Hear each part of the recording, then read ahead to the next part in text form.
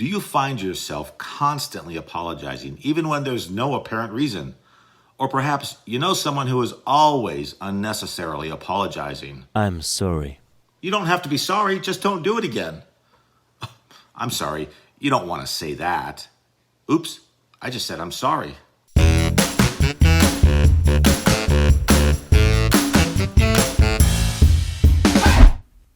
Hey there, welcome back. I'm Alan Stafford, your go-to guide for mastering the art of communication, where I help you elevate your message and amplify your voice. Ooh. Impressive, huh? In this episode, we're unraveling the mystery behind a word you've definitely said more times than you can count. A word so common yet so often misused that it's lost its, impact. It's the simple 5-letter word, wait for it. You may think saying sorry is simple, but it's often more complicated. Have you ever said it just to dodge an awkward moment, or apologize for being a little late, or for things beyond your control? It happens a lot. In fact, studies show that on average, we say sorry about 8 to 10 times per day. That's about 3,000 times per year. Think about it. That's a lot to be sorry for. But before we dive into our sorry discussion on sorry, wait, that didn't sound right.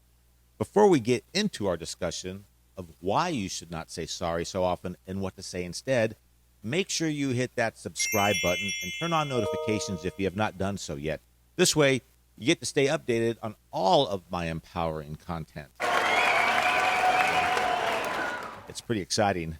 Go ahead. I'll wait until you hit that button. I got time.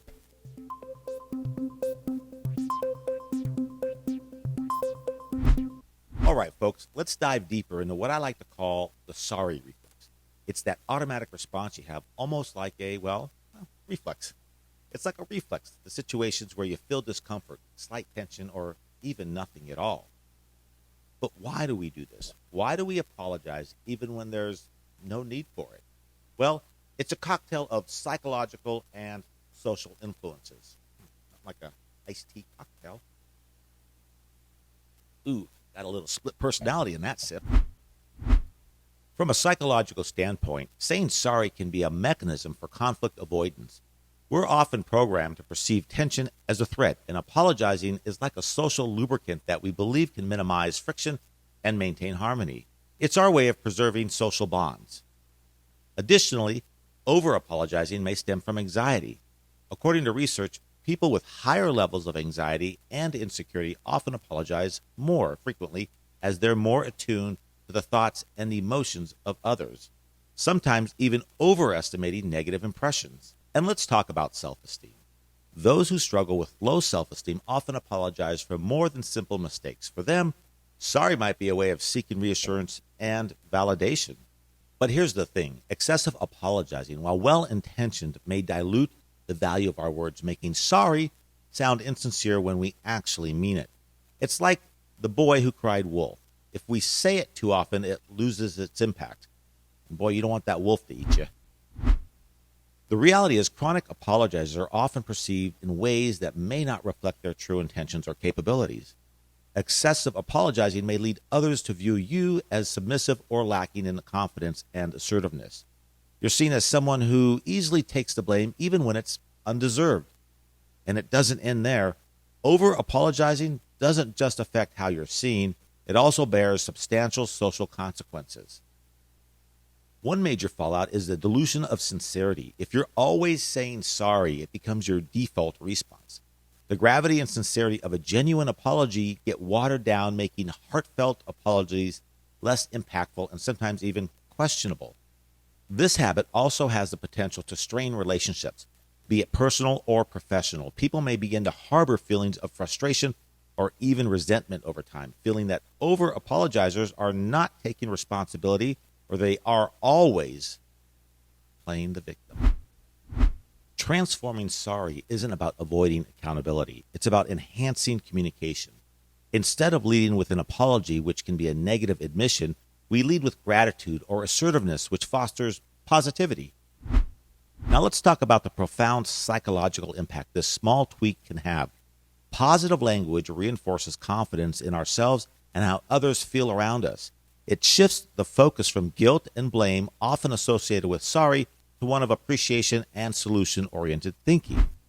When you replace "I'm sorry I'm late" with "thank you for waiting for me," you're not just alleviating the burden of guilt on yourself, but acknowledging the other person's patience. It validates their kindness, making the interaction more balanced and respectful. And here's the social superpower. This approach changes dynamics. Imagine you're in a work setting discussing a delayed project. Like that has never happened before. Say you're sorry. No. And you're saying, "I appreciate your understanding as we resolve this," instead of repeatedly apologizing. This doesn't mean you never apologize. Oh, no! That's right. Oh, no. Genuine apologies are powerful. This is about not diluting that power. It's about ensuring that when you do apologize, it's meaningful, sincere, and warranted.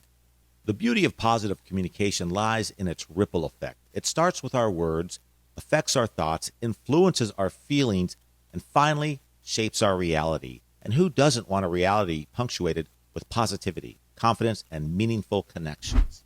So are you ready to transform your sorry into strength? Let's see how we do that next. Okay, scenario 1. You're late. It happens to everyone, with exception of me. Try expressing gratitude instead of leading with sorry, which focuses on the negative. "Thank you for waiting for me." This acknowledges the other person's patience, and it's a positive approach that sets a constructive tone for the rest of the interaction. Moving on to a scenario where you're sympathizing. Someone shares a problem with you, and your instinct is to say, "I'm sorry to hear that." Instead, validate their feelings with, "That sounds really difficult." It shows empathy and understanding without assuming unnecessary responsibility for their distress. Now for those minor slip-ups where sorry seems to slip out all too easily. Amongst other things, ew, that's gross. Let's say you make a small mistake. Maybe you spilled something. Instead of going, "Oh, sorry," try, "Let me fix that." Action over apology shows you're solution-oriented, which is often more appreciated than a simple apology. Now, here's the golden touch. It's not just about the words you use, it's how you say them. Your tone and body language are key in making these alternatives work. Confidence and sincerity are your best friends here. Maintain eye contact, keep your tone sincere, and use affirmative nods. It's about communicating, "I'm present and engaged in this interaction," rather than, "I'm a burden." These subtle yet powerful switches in your communication aren't just vocabulary replacements.